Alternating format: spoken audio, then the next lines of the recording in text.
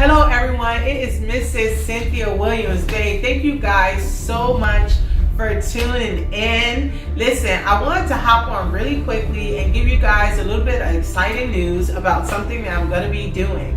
So for those of you that don't know me, let me just introduce myself. I'm Mrs. Cynthia Williams-Bey. I'm a wife, a mother of 5 beautiful children. I'm a business owner and I'm also in ministry. I'm actually an ordained prophet and pastor.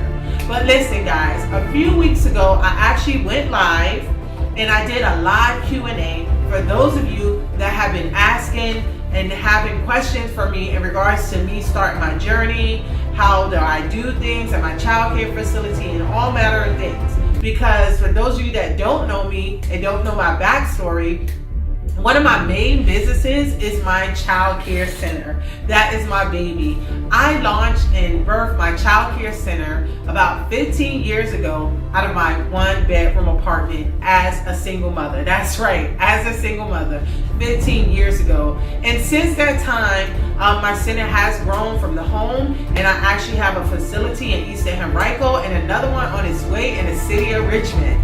But I wanted to go on and answer questions, but I got an overwhelming response of questions that I could not answer in that live. So I decided that I would continue to go live and answer one question a week every Wednesday for those questions that I was not able to answer. I need you all to tune in to my page, Mrs. Williams-Bey, at 7 p.m. because I'm going to be answering questions. And for those of you that didn't get a chance to actually see the live Q&A, please make sure that you go to www.daycaredomination.com and sign up for the replay. That's right, the replay is still available. So you'll be able to get those questions that you missed. And then for the next few weeks, again, I'm going to be going live every Wednesday at 7 p.m. I'm going to be answering one question a week. So I want to go ahead and I'm going to answer 2 questions tonight because, again, I had some current providers that actually reached out to me and they had some questions. So I'll go ahead and dive into the first question. So the first question I got actually came from here in Richmond, Virginia.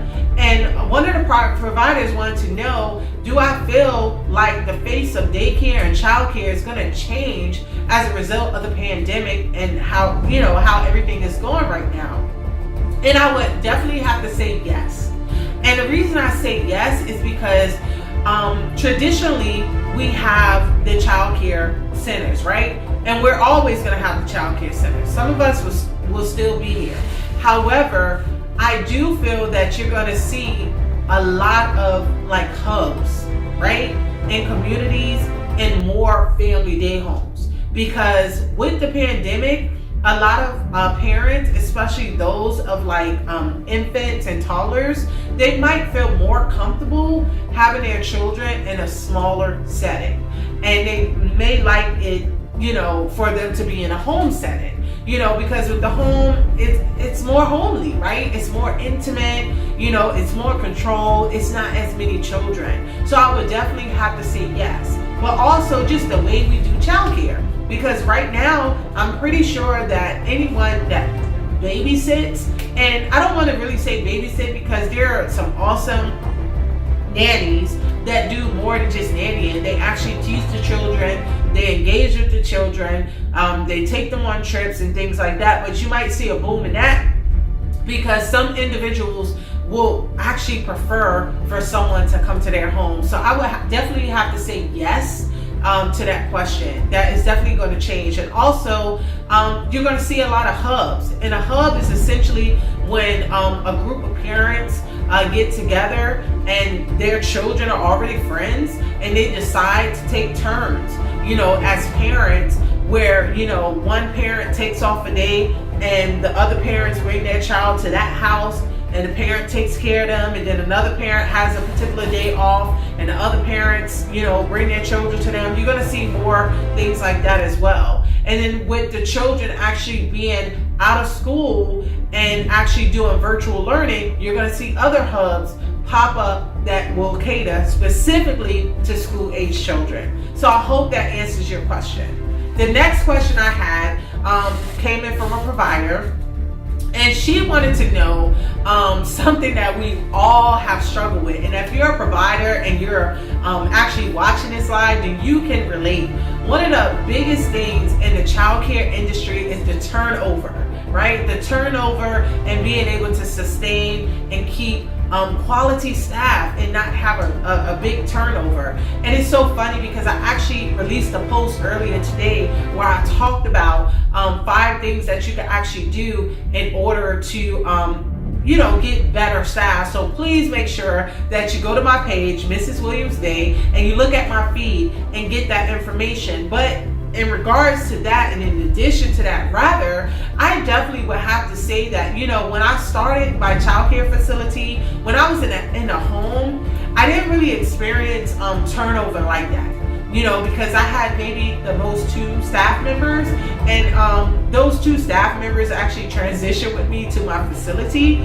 But when I tell you, childcare in the home and when you get to a facility, it's like 2 totally different ball games, guys.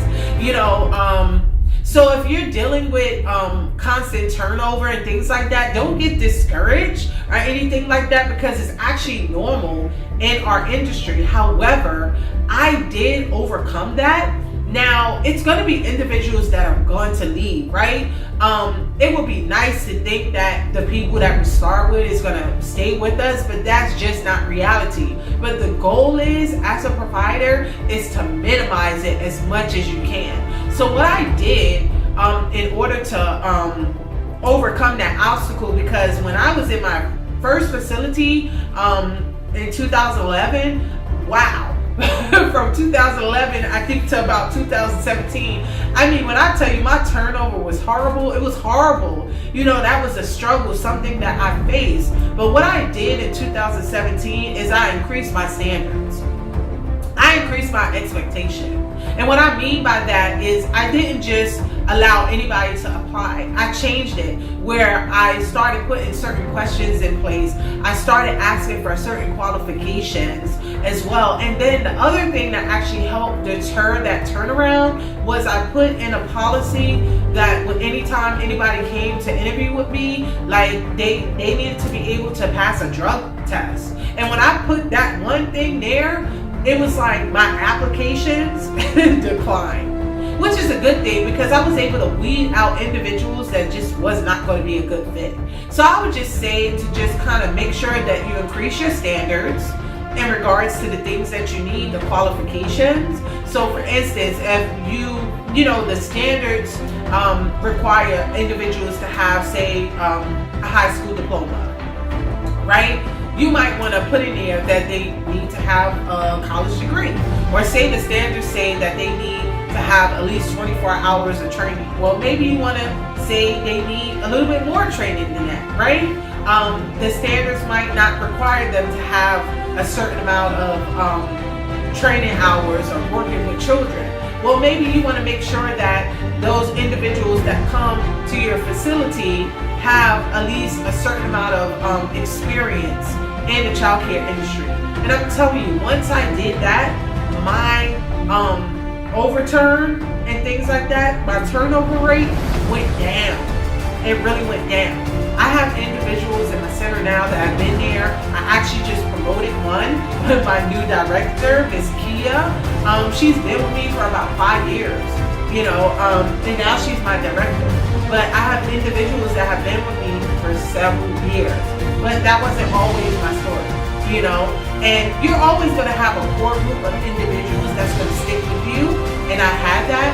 But then you're going to have others that's not going to stick with you. So, so that's my feedback. Please just make sure that you just lift up your standards, hold people accountable, and that will help with your turnaround. All right? So please, guys, please make sure that you tune in Wednesday, 7 p.m. Please make sure you follow me